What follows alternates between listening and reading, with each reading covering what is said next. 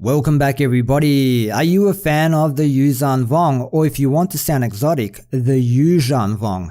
Now I know fans are divided about the Yuuzhan Vong. Some like them, some think they have no place in the Star Wars universe. But I've always liked this idea of an imminent threat from somewhere beyond, somewhere far, far away. Well, they were almost introduced into the Clone Wars animated series. It will be interesting to see what they do now that the Clone Wars is coming back for 12 new episodes. But if we go with what we know, it looks like Disney's written them out and replaced them with a new species called the Grysks.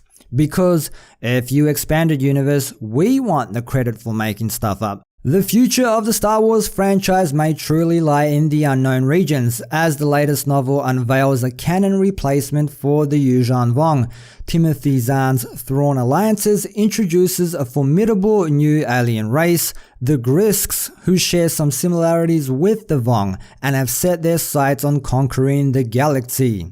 Thrawn Alliances is Zahn's second book in the new Star Wars canon, again focusing on the Chiss Grand Admiral Thrawn. The chapters are divided across two eras, one during the last days of the Clone Wars, revealing Thrawn's first encounter with Jedi Master Anakin Skywalker, and the second is in the Imperial era. The two stories weave together, revealing a dangerous threat looming in the depths of the unknown regions. The Grysks have been watching the galaxy for decades, considering when it is best to act, and actually believe themselves powerful enough to plot an invasion when the Empire was at its height. Long-term Star Wars fans will find some of the ideas surprisingly familiar, as Zahn has set up the Grysks. They could work as a canon replacement for an alien race from the old Star Wars legends, the Yuuzhan Vong. In so doing, he may well have established an important new plot for the entire Star Wars franchise. The Yuuzhan Vong were extragalactic invaders, brutal, warlike, and believing the galaxy was theirs to claim. Instead of using machines, they had a form of living technology shaped by their bioengineers in order to be of service. Where traditional Star Wars enemies were essentially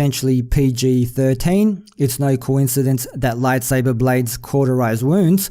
The Vong most assuredly weren't. They practiced ritual scarification. Their equivalent for blaster bolts were thud bugs that embedded themselves in the flesh of an opponent, and they subjugated prisoners to torture in the so-called embrace of pain. They were a truly fearsome foe, wearing armor that could turn away a lightsaber blade, wielding staff weapons that could match a Jedi blow for blow, and piloting living ships with micro-singularities to swallow up enemy fire. The Yuuzhan Vong, along with all previous Star Wars books and comics released up until that point, were made non-canon in 2014. Disney had faced a difficult decision. Should they accept all the accrued weight of continuity offered by the old expanded universe, or should they erase it from canon altogether and start rebuilding the mythology, retaining only the films and TV shows? They chose the later approach, and in large part it was because of the Yuuzhan Vong. The new Jedi Order range was simply too ambitious, transforming the galaxy so completely that it simply couldn't remain canon. Any viewers who tuned into a post-New Jedi Order movie would be utterly bewildered, unlike when watching The Last Jedi. Besides which, Lucasfilm didn't agree with the decision to kill off Chewbacca. They believed the beloved Wookiee needed to come back in the sequel trilogy. Because money. Once that decision was made, the Lucasfilm story group swiftly realized that everything else from the old expanded universe would probably have to be discarded too. Ironically, the Yuuzhan Vong themselves almost slipped through into the canon anyway. Lucas Animation planned the Yuuzhan Vong episode as part of the Clone Wars animated series.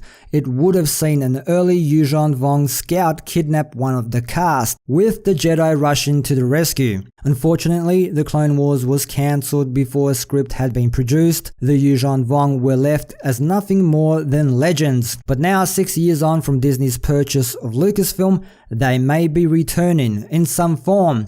So there you have it, peoples, a rebranding of sorts, probably very similar to the Yuuzhan Vong, but not quite. We still have that presence Palpatine felt from the unknown regions that needs to be clarified. Was it Snoke?